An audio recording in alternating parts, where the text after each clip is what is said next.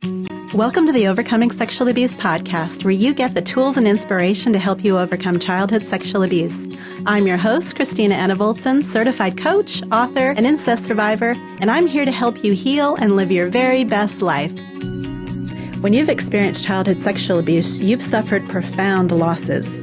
Until you acknowledge and grieve the losses, a part of you remains shut off and shut down. I'll share the 5 stages of grief you experience as part of healing from abuse and the mistakes to avoid at each stage.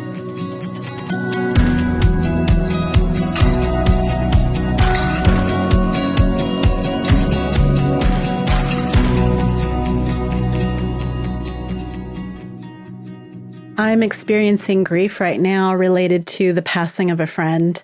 Several friends are also experiencing serious losses in their lives, and I'm reminded again of both the pain and, more importantly, the power of grief. And the purpose of grief is to acknowledge the loss, to acknowledge the significance of your loss, and to carry you from the way things were to the way things are. And grief is about reorienting yourself, reorienting your thoughts and behaviors and habits to a new way of being. And what is truly amazing is that there can be a process of letting go and accepting the loss, that there can be a pathway to future possibilities. And that is the seemingly miracle of grief. Grief allows you to let go of trying to control the past or the future or your emotions about them. And you can continue to both desire that something that you'll never have again while looking with hope toward the future and opening yourself up to joy. With some losses, that really feels like an impossibility, but grief is so powerful. Grief can feel disorienting, like you're in this place of limbo, like you've been displaced. You've exited or been kicked out, not by your own choice, from one experience of your world, and you haven't found a new one. And I think of grief like being in this corridor. And I imagine myself like in a hallway banging on a door. It's the door of the loss. And I'm just banging on it, like crying to, hey, let me back in. And then as I move through the grief, I eventually find another door to another room. And yet, without grief, you stay anchored to a loss. It's sometimes the feeling and the fear that if you move forward, you'll lose it even more. You'll lose the attachment to what was so important to you. And it can feel like that. But the irony is that fixating on what you lost actually shuts you off from anything more. The symptoms of grief are, of course, painful and frustrating. There's overwhelming exhaustion, confusion, difficulty concentrating. It's called grief brain. Sleep and appetite changes, or even disturbing dreams and nightmares. When I was healing from abuse, I experienced pretty much all of those. It was really disorienting to come to the realization, to really know how much the people who supposedly loved me did the most damaging things to me. It's just so hard to wrap your head around. Just trying to comprehend that feels like something you can't grasp and don't know if you truly want to understand that. And that's where this disorienting feeling, that's where a lot of the sleep disturbances come from. And the dreams and nightmares come from, because it is a lot for your mind to sort out. And so dreams help you do that. The emotions also that I suppressed all my life, they leaked out when I started healing, and that was exhausting. Plus, it was the exhaustion of not sleeping well, and that's very typical of the healing and grieving process. When it comes to healing childhood sexual abuse, grief is such an important part of that. It's your natural response to seeing this truth in the heartbreak of your experience. And it's part of reconnecting with yourself. When you experience the loss of what you had to what you no longer have, you have something to grieve. And so maybe in the disclosure or the healing process, that really shook up your relationships. So maybe your connection with friends or family isn't the same. And when you experience the loss of what should have been provided to what you actually got, you have something to grieve. So things like your innocence, your security, your safety, protection, nurturing, guidance. And when you experience the loss of what you thought you had to what you actually had, you have something to grieve. So if you realize the reality of your childhood rather than the one you thought you had, the story that you told yourself about the family that you thought you had, about the experiences that you thought you had, that's something to grieve. When you experience the loss of what you desired to what you actually have, you have something to grieve. So that's things like when you realize what other children got that you didn't get, the basic needs that you had a right to. When you look at how much love you have for your children and wish your parents loved you like that, that's something to grieve. And when you experience the loss of what you anticipated having to what you actually had, then you have something to grieve. Maybe you thought that if you disclosed, you'd have more support. Maybe you anticipated, maybe you shared and anticipated feeling the relief of being able to tell the truth and you didn't get what you want. Not having that is something to grieve. Childhood abuse just causes so many losses, and then it leads to so many other losses. Things like being able to trust yourself, being able to hear yourself, to know who you really are, to identify your emotions and be present with your emotions, to feel safe in your body, to feel safe with another person. It's the loss of agency. It's the loss of personal power and boundaries and self-worth and so many other things. And those losses are absolutely profound and they need to be grieved. Now, grief isn't a once and for all process, and it's not this perfectly ordered checklist. We could talk about the 5 stages of grief, but that's just something to kind of give us something to hold on to. Grief is experienced in layers rather than stages. And each part comes with its own depth of intensity and timing and order. So you're only able to process the loss as you comprehend the loss. And I'll just pause here. That's why I am not against forgiveness. I want to make that clear, but I am against forgiveness before you acknowledge what kind of losses you experienced. And if you want to forgive, then go ahead and forgive after that. But forgiveness can often be used as spiritual bypassing, as a way of coping, as a way of just avoiding the pain of experiencing the loss. All right, I'm done with that part. So let's go to what those stages or layers of grief are. So denial. That's things like, that couldn't have happened to me. I'm making this up. I came from a good family. I must be crazy. And it is absolutely normal to go in and out of denial a little at a time. It might be like one day you're firm in the reality, yep, I was abused, and the next day thinking you just imagined all of it. And that can be really frustrating. But the great thing about it is it gives you the chance to accept the truth a little at a time. But here's the mistake. Don't think that denial is because it didn't happen. It is just your way of protecting yourself from experiencing all of it landing on you at one time. All right, the next one is anger. Like, how could they do this?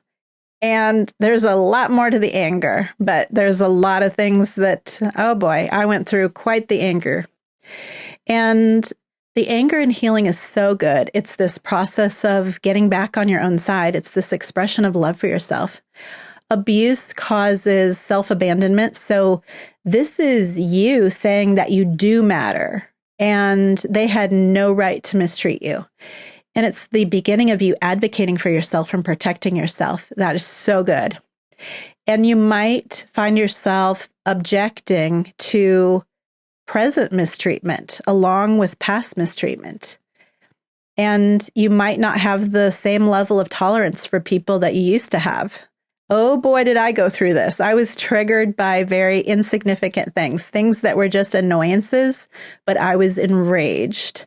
And of course, it was the buildup of all the times from childhood on through my adulthood that I had no voice and I didn't object to anything. And so it all came out.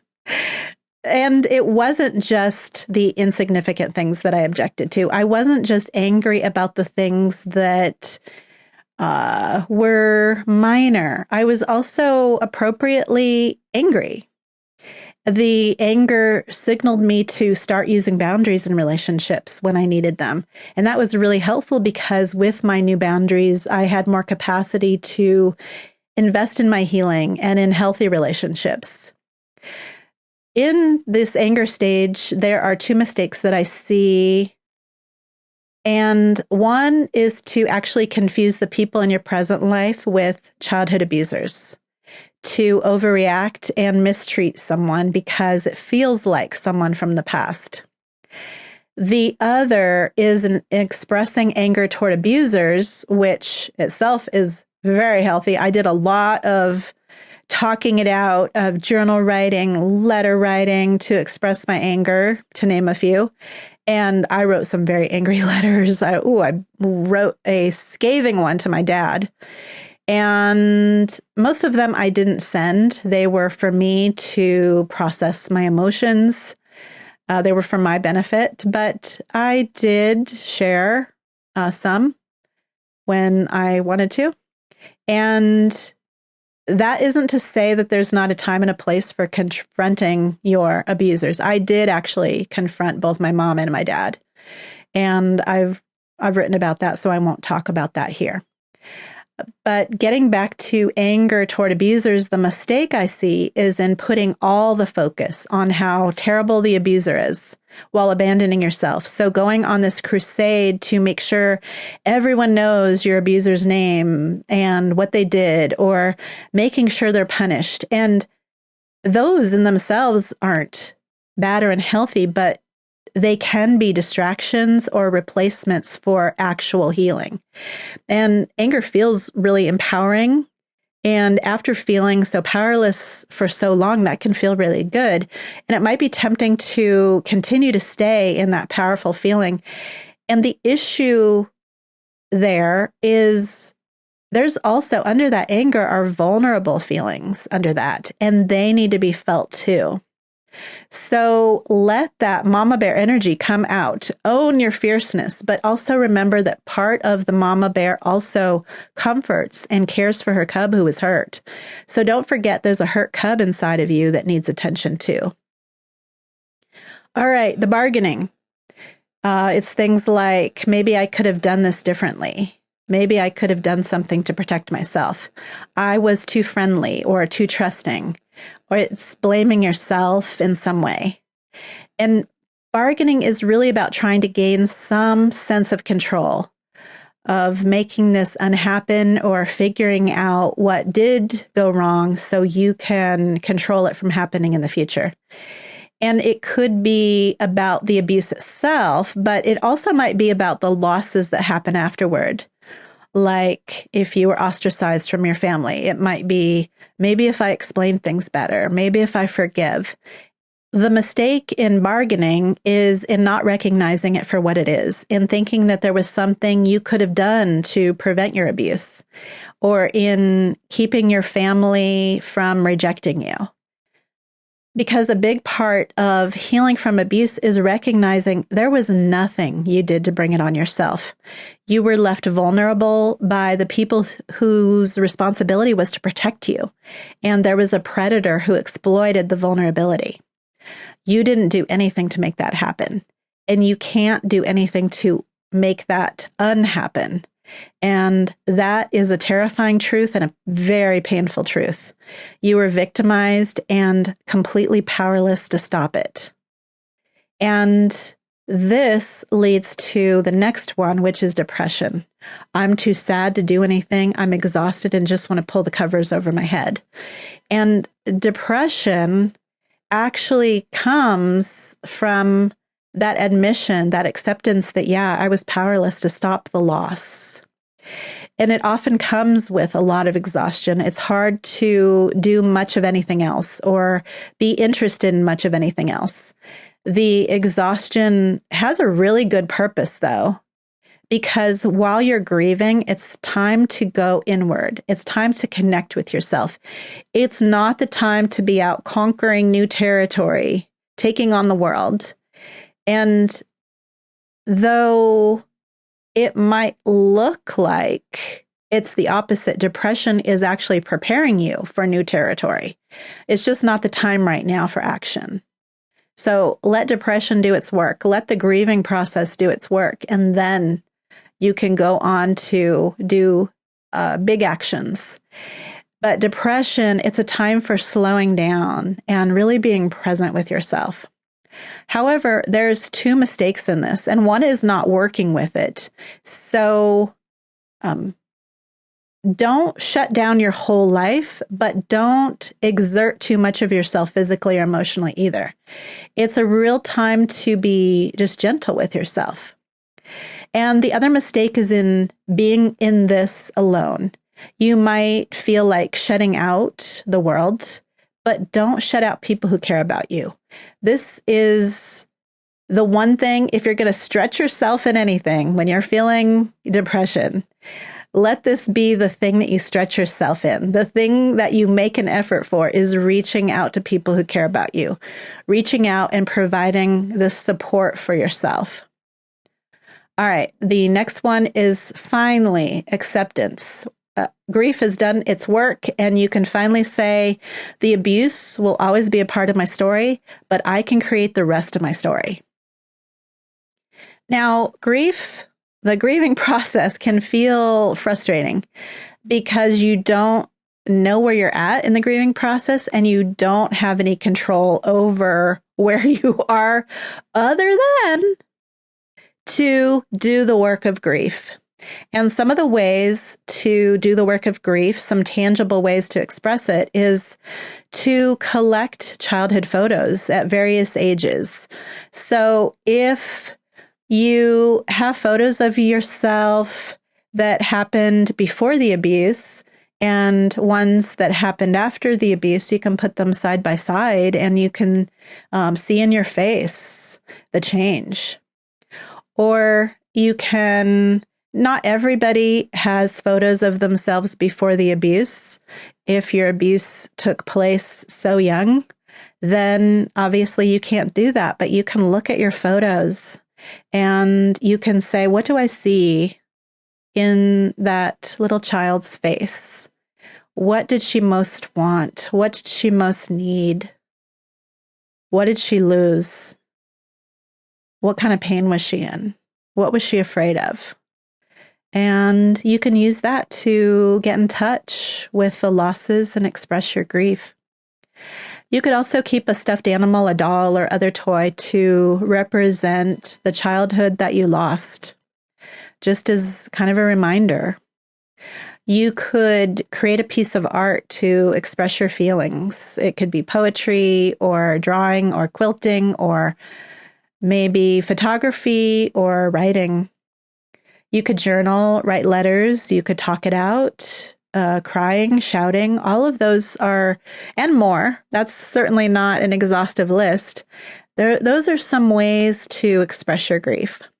There's some journal prompts that I have, and that's what I miss most is, or the times it's most painful. The most painful thing about all of this is, when you're reminded of your loss, acknowledge your emotions and stay with them as long as you can. And over time, observe how it does get easier. Amazingly, it does get easier. And how you experience the loss actually changes. Well, thanks for joining me today. I'm bringing you lots more on healing and boundaries and self-care and family dysfunction and so much more. So be sure you're subscribed so you don't miss any of it.